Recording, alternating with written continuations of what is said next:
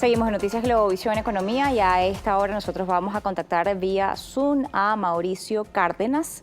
Él es, además de economista, es ministro de Hacienda de Colombia, profesor del Centro de Política Energética Global de la Universidad de Columbia en Nueva York y nos acompaña la tarde de hoy para hablar sobre lo que está aconteciendo en el mercado energético, lo que ha impactado la situación entre Rusia y Ucrania, esta guerra, la volatilidad que se ha generado en los precios del petróleo, pero el reto que ha supuesto esto para las economías que quieren separarse de la energía, producto de la energía fósil y el efecto que esto pueda estar teniendo, así como los temores que existen hoy día del uso de energía nuclear y las necesidades de financiamiento que existirían en los proyectos para este sector, pero sobre todo la mirada que se puede dar en esto para Latinoamérica. Bienvenido a Noticias Globovisión Economía de la tarde de hoy. Hola Mariana, un gusto estar con ustedes.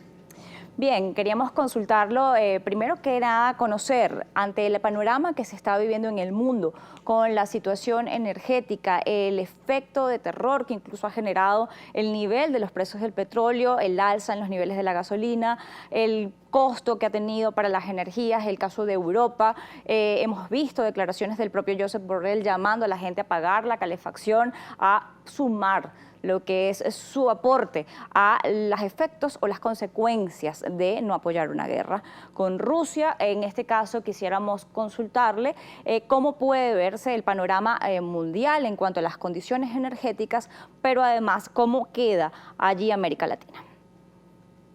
Bueno, en primer lugar, Mariana, todo esto está cambiando completamente el escenario económico mundial.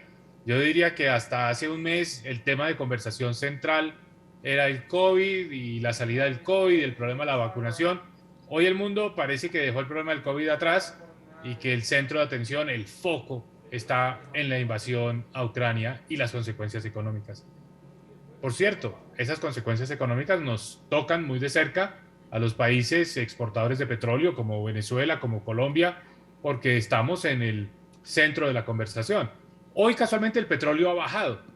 Nuevamente, está en $110 por barril. Llegó a estar el domingo a $137 el barril. Lo que está diciendo esto es que hay mucha volatilidad, hay mucha incertidumbre.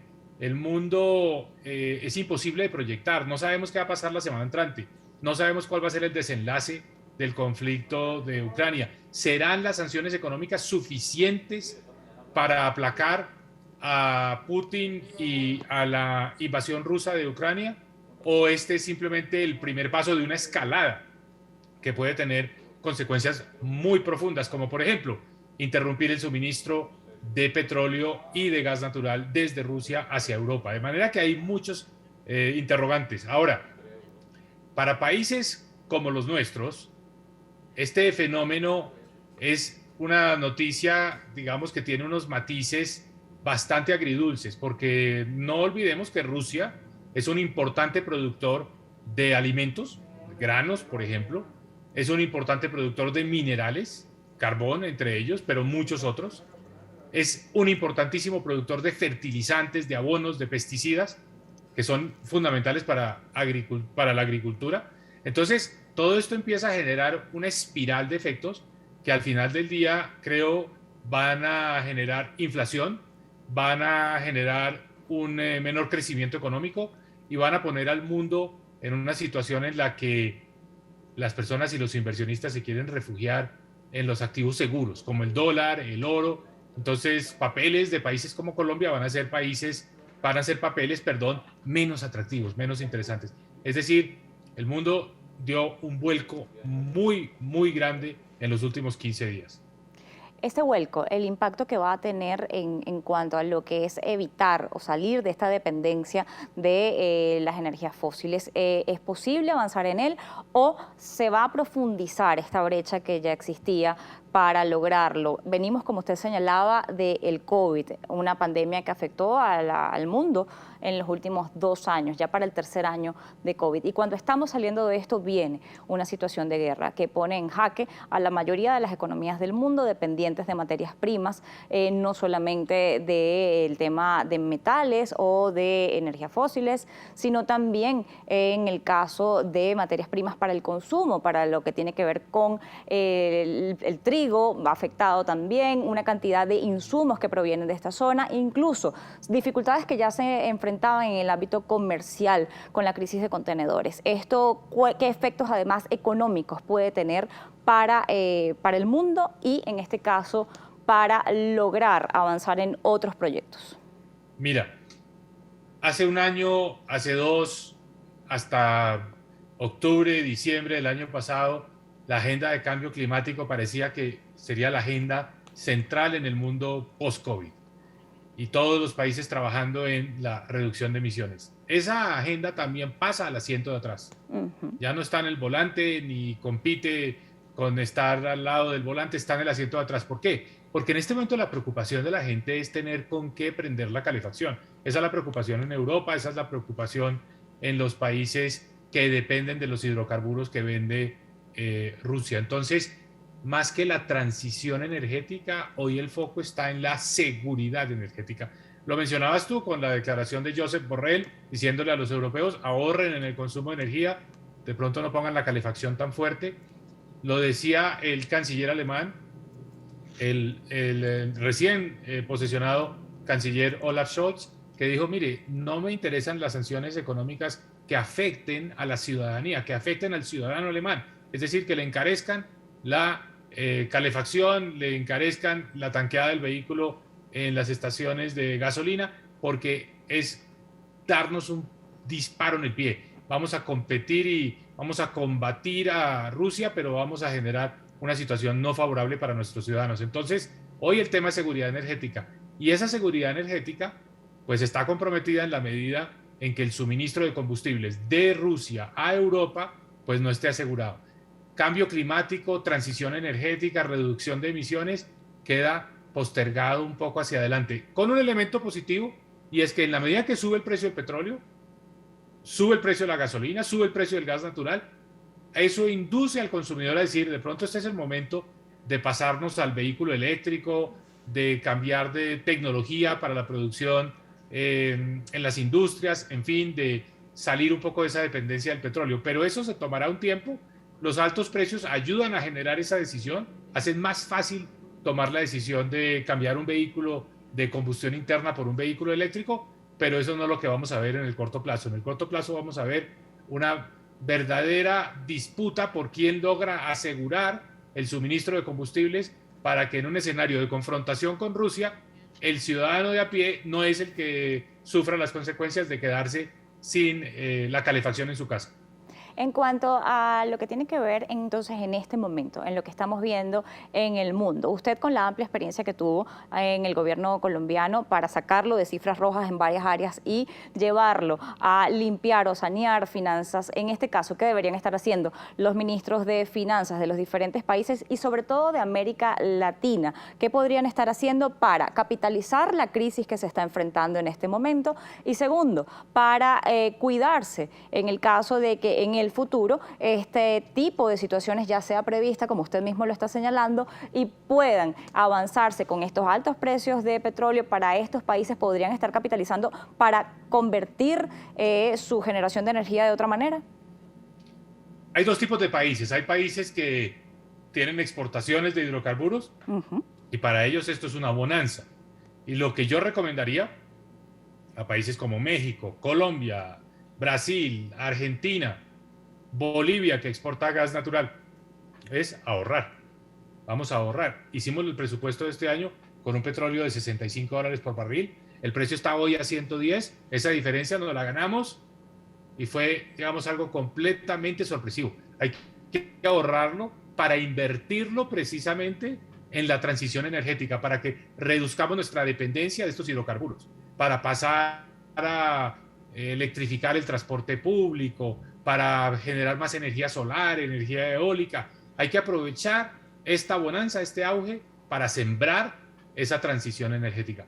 Pero hay otros países, como los centroamericanos, como Chile, que son importadores de petróleo. Y para ellos esto ha sido una pésima noticia, porque están teniendo que gastarse el doble de lo que tenían previsto comprando los hidrocarburos.